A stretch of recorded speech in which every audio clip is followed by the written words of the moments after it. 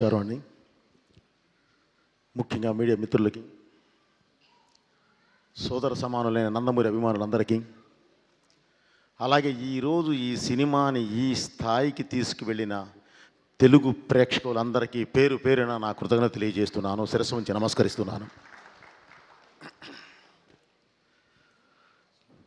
Actually కూడా ఇంత విజయం సాధించిన తరువాత స్టేజ్ ఎక్కి మేమేం సాధించాము, నేనే ఏదో చెప్పాలి అని అంటే ఏదో అలా ఉంది. ఎందుకంటే పెద్దవారు గౌరవనీయులు అందరూ మాట్లాడారు. సినిమా ఎంత విజయం సాధించింది, ఏ స్థాయిలో ఉంది, ఏంటి అనేది దిల్ రాజు గారితో సహా చెప్పారు. సో దీని గురించి నేను ఎంత తక్కువ మాట్లాడితే అంత మంచిదండి. బాలయ్య గారితోనే మాట్లాడిస్తాం. అలాగే ముందుగా ఈ సినిమాకి వెన్నుగా నిలబడిన దిల్ రాజు గారికి, అలాగే మ్యాంగో రామ్ గారికి, శ్రీధర్ గారికి, డాక్టర్ సురేంద్ర గారికి నా కృతజ్ఞత తెలియజేస్తున్నానండి.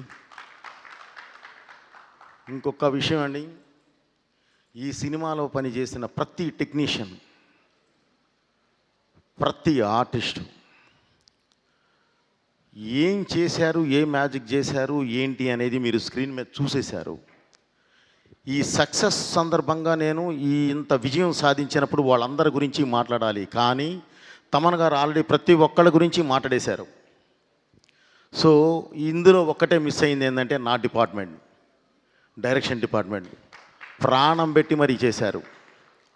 అంటే నా ప్రతిదీ ముందు ఇక్కడ దాకా మ్యూజిక్ దాకా రావాలి అని అంటే దాని ముందు పడే ఒక ఇది ఉంటుంది.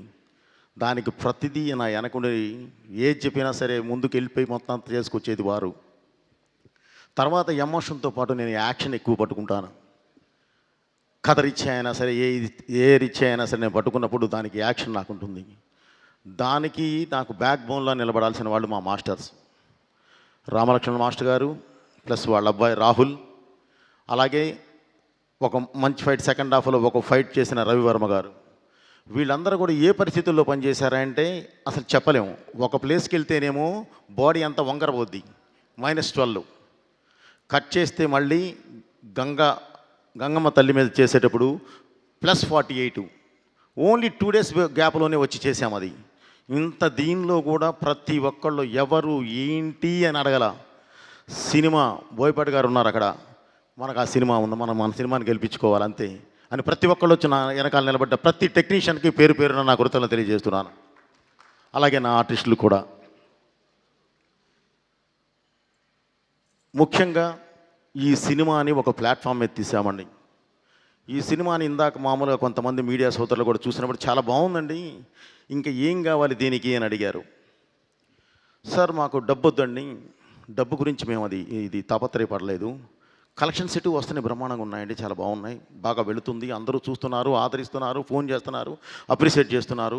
కానీ ఇంత మంచి సినిమా అంటే ఈ తరానికి దేశం గురించి, ఈ తరానికి ధర్మం గురించి, ఈ తరానికి దైవం గురించి ఇంత గొప్పగా ఒక మంచి కమర్షియల్ ప్లాట్ఫామ్ మీద చెప్పినప్పుడు ఇది జనంలోకి వెళ్ళాలి, ఇది జనంలోకి తీసుకెళ్ళండి సార్, చాలు, వాళ్ళు ఆదరిస్తే చాలు అని చెప్పానండి.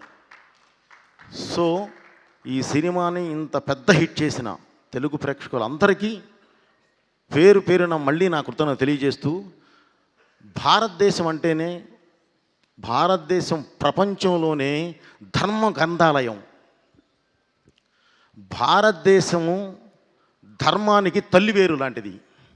ఆ తల్లివేరు వేర్లుగా పాకి ప్రపంచానికి మొత్తం రూట్ చూపిస్తుంది. దాన్ని నమ్మిన దేశాలన్నీ అద్భుతంగా ఉన్నాయి, నమ్మని దేశాలన్నీ ఇంకోలా అయిపోయినాయి. అలాగే ఈరోజు ఈ సినిమాలో నేను ఒక డైలాగ్ చెప్పానండి.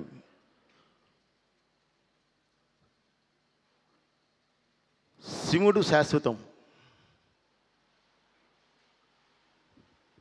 ఒక డైలాగ్ మాట్లాడుతూ భగవంతుడు శాశ్వతం, మనం ఓన్లీ కర్తలం, మనం చెప్పింది మాత్రమే చేస్తాం. అంటే ఒక మనిషి అనుకుంటే గెలవచ్చు, ఓడచ్చు, ఏది 2 ఆప్షన్లు ఉంటాయి. కానీ దేవుడు అనుకుంటే మాత్రం గెలిపే ఉంటుంది, ఇక దానికి తిరిగే ఉండదు. ఆ గెలిపే ఈ సినిమా. అలా దేవుడు వెనకాల నిలబెట్టి గెలిపించిన సినిమాయే ఈ సినిమా. అలాంటి సినిమా మీ ముందుకు తీసుకొచ్చి అంటే దేవుడు సంకల్పం అది. ఆ సంకల్పం అద్భుతంగా మీరు ఆదరించారు. దానికి ఎవరు అడ్డం వచ్చినా సరే, ఒకవేళ ఏదైనా చిన్న అడ్డంకులు వచ్చినా సరే మనం అది దేవుడే చూసుకుంటాడు. అది ఆయన బాధ్యత. సో మా ధర్మం ఏంటంటే మీ ముందుకు తీసుకురావడం వరకే తీసుకొచ్చాం. అద్భుతమైన విజయం సాధించాం. ఈ విజయానికి కారకులైన ప్రేక్షకులందరికీ అగైన్ మళ్ళీ నేను కృతజ్ఞతలు తెలియజేస్తున్నాను. ఈరోజు ఈ సక్సెస్ మీట్ని సక్సెస్ చేయడానికి ఆశీర్వదించడానికి వచ్చిన పెద్దవారు, ప్రతి పెద్దవారు అందరికీ పేరు పేరు నా కృతజ్ఞతలు తెలియజేస్తూ, బాబు థ్యాంక్ యూ వెరీ మచ్. ఇది మనం ఇంత స్థాయిలో ఇంత హైలో మనం చేయగలిగాము అనంటే కారణం ఓన్లీ మీ సపోర్టే. మీ సపోర్ట్ లేని నేను ఇది అసలు చేయలేము. ఇంత పెద్ద సినిమా ఇంత త్వరగా చేయలేము బాబు. చేశాము అనంటే మీ సపోర్టు, వెనకాలండి దేవుడు నడిపించిన సపోర్టు, దేవుడిచ్చిన సపోర్ట్ లేకపోతే ఇది అసలు చేయలేము. నిజంగానే రామలక్ష్మణ మాస్టర్ గారు అన్నట్లు ఎలాంటి పరిస్థితుల్లో పనిచేసామా అంటే అలాంటి పరిస్థితుల్లో పనిచేశాం. వెనకాల దేవుడే, ఆ శివుడే ఉండి మమ్మల్ని నడిపించాడు. కాబట్టి ఈరోజు మీ ముందుకు తీసుకొచ్చాం. ఇలాంటి మంచి సినిమాని ప్రతి ఒక్కళ్ళు ఇంకా కుటుంబంతో సహా ఆదరించి ఒక డేట్లో రిలీజ్ అవ్వాల్సింది అనుకోకుండా ఇంకొక డేట్కి రావడం వల్ల అక్కడ థియేటర్స్ తగ్గినాయి. సో థియేటర్స్ తగ్గినాయి, కానీ థియేటర్స్ అద్భుతమైన ఫుల్స్ ఉన్నాయి. ఇప్పుడు చిన్నగా పెంచుకుంటూ వెళుతూ ఉన్నారు. దయచేసి ప్రతి ఒక్కళ్ళు అక్కడ అబ్రాడ్లో ఉన్న ప్రేక్షకులందరూ కూడా ఈ సినిమాని వారి పిల్లలతో సహా అందరికీ చూపించి ఆదరిస్తారని చెప్పి ఆశిస్తున్నాను. అలాగే ఈ సినిమాలో ఉన్నది ఏంటంటే గొప్ప ఇదేంటంటే సినిమా స్టార్ట్ చేసినప్పుడే ఇది 3D కూడా ఇది చేశాం. 3D కూడా చేయడం జరిగింది.